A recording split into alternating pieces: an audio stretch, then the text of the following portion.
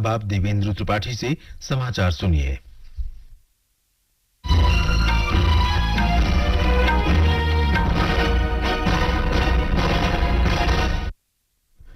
लोकसभा चुनाव में अब एक दौर का मतदान शेष है। सातवें और अंतिम चरण के इस मतदान के लिए प्रचार चरम पर पहुंच गया है। राजनीतिक दलों के शीर्ष नेता रैलियां और रोड शो कर रहे हैं। सातवें चरण में 1 जून को 8 राज्यों की 57 सीटों पर वोट डाले जाएंगे। उत्तर प्रदेश में लोकसभा चुनाव की 7वें और अंतिम चरण के लिए चुनाव प्रचार जोरों पर है। सभी राजनीतिक दलों के प्रमुख नेताओं ने आज अपने अपने प्रत्याशियों के लिए प्रचार किया। प्रधानमंत्री और भारतीय जनता पार्टी के वरिष्ठ नेता नरेंद्र मोदी ने आज मिर्जापुर, मऊ और बांसगांव में जनसभाओं को संबोधित किया। उन्होंने कहा कि देश ने अच्छी नीयत और नीति के कारण तीसरी बार भी भारतीय जनता पार्टी के नेतृत्व में राष्ट्रीय जनतांत्रिक गठबंधन की सरकार बनाना तय कर लिया है। उन्होंने कहा कि अनुसूचित जाति, अनुसूचित जनजाति, अन्य पिछड़ा वर्ग और दूसरे वंचित समूह का आरक्षण धर्म के आधार पर मुसलमानों को नहीं दिया जाएगा। श्री मोदी ने कहा कि योगी सरकार में माफिया के विरुद्ध कार्रवाई की जा रही है। उत्तर प्रदेश के मुख्यमंत्री और भारतीय जनता पार्टी के वरिष्ठ नेता योगी आदित्यनाथ ने पार्टी प्रत्याशियों के पक्ष में मिर्जापुर, चंदौली, गाजीपुर और गोरखपुर में जनसभाओं को संबोधित किया। श्री योगी ने कहा कि यह हमारा सौभाग्य है कि हम श्री मोदी के नेतृत्व में नया भारत देख रहे हैं। उन्होंने कहा कि देश विश्व शक्ति बनने की दिशा में बढ़ रहा है और पिछले 10 साल में सीमाएं सुरक्षित की गई हैं। समाजवादी पार्टी के प्रमुख अखिलेश यादव ने सलेमपुर और बलिया में कहा कि लोग बेरोजगारी तथा महंगाई से परेशान हैं। उन्होंने कहा कि हम किसानों के कर्जे माफ करेंगे। उधर कांग्रेस के वरिष्ठ नेता राहुल गांधी ने आज हिमाचल प्रदेश के सिरमौर जिले के नाहन में एक रैली को संबोधित किया और शिमला में प्रचार किया। इस अवसर पर श्री राहुल गांधी ने कहा कि ये चुनाव इतिहास का पहला ऐसा चुनाव है जहां कांग्रेस संविधान की रक्षा के लिए लड़ रही है। दिल्ली के विवेक विहार इलाके में बच्चों के एक अस्पताल में कल भीषण आग लगने से 6 नवजात शिशुओं की मौत हो गई और कई अन्य घायल हो गए। 12 शिशुओं को बचा लिया गया है।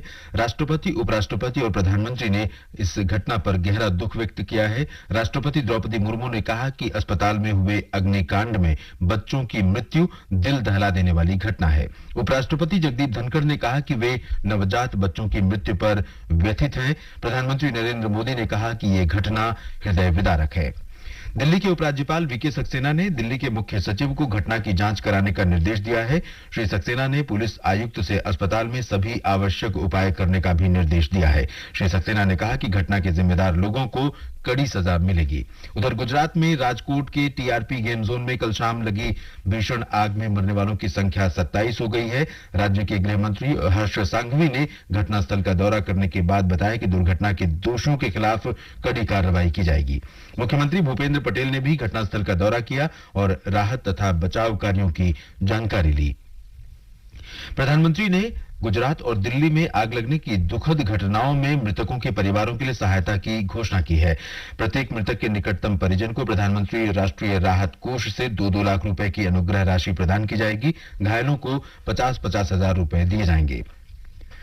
मौसम विभाग ने कहा है कि उत्तरी बंगाल की खाड़ी के ऊपर बना तूफान रेमाल पश्चिम बंगाल में सागर द्वीप से लगभग 270 किलोमीटर दक्षिण पूर्व में गंभीर चक्रवाती तूफान में बदल गया है। 110 से 135 किलोमीटर प्रति घंटे की रफ्तार वाली हवाओं के साथ ये तूफान आधी रात तक बांग्लादेश और इससे सटे पश्चिम बंगाल के तटों को पार करेगा। पश्चिम बंगाल सरकार चक्रवात रेमाल को ध्यान में रखते हुए बड़े पैमाने पर राहत और पुनर्वास कार्य कर रही है। नबन्ना में विशेष नियंत्रण कक्ष स्थापित किया गया है। कोलकाता पुलिस मुख्यालय में भी एकीकृत नियंत्रण कक्ष ने काम करना शुरू कर दिया है। कोलकाता विमानपत्तन के अधिकारियों ने चक्रवात के संभावित प्रभाव को देखते हुए आज दोपहर से 21 घंटों के लिए उड़ानें बंद करने का फैसला किया है। सरकार ने दूरसंचार सेवा प्रदाताओं को अंतर्राष्ट्रीय फर्जी फोन कॉल रोकने के निर्देश दिए हैं। संचार मंत्रालय ने कहा है कि इन फोन कॉल से साइबर अपराध और वित्तीय धोखाधड़ी की घटनाएं हो रही हैं। आईपीएल क्रिकेट के फाइनल में आज सनराइजर्स हैदराबाद का मुकाबला कोलकाता नाइट राइडर्स से होगा। चेन्नई में यह मैच शाम 7:30 बजे से खेला जाएगा। PV Sindhu Malaysia masters badminton tournament में उपविजेता रही। प्रतियोगिता में महिला सिंगल्स के खिताबी मुकाबले में उन्हें चीन की वोंग जी ई ने पराजित किया। इसके साथ ही समाचार बुलेटिन समाप्त हुआ।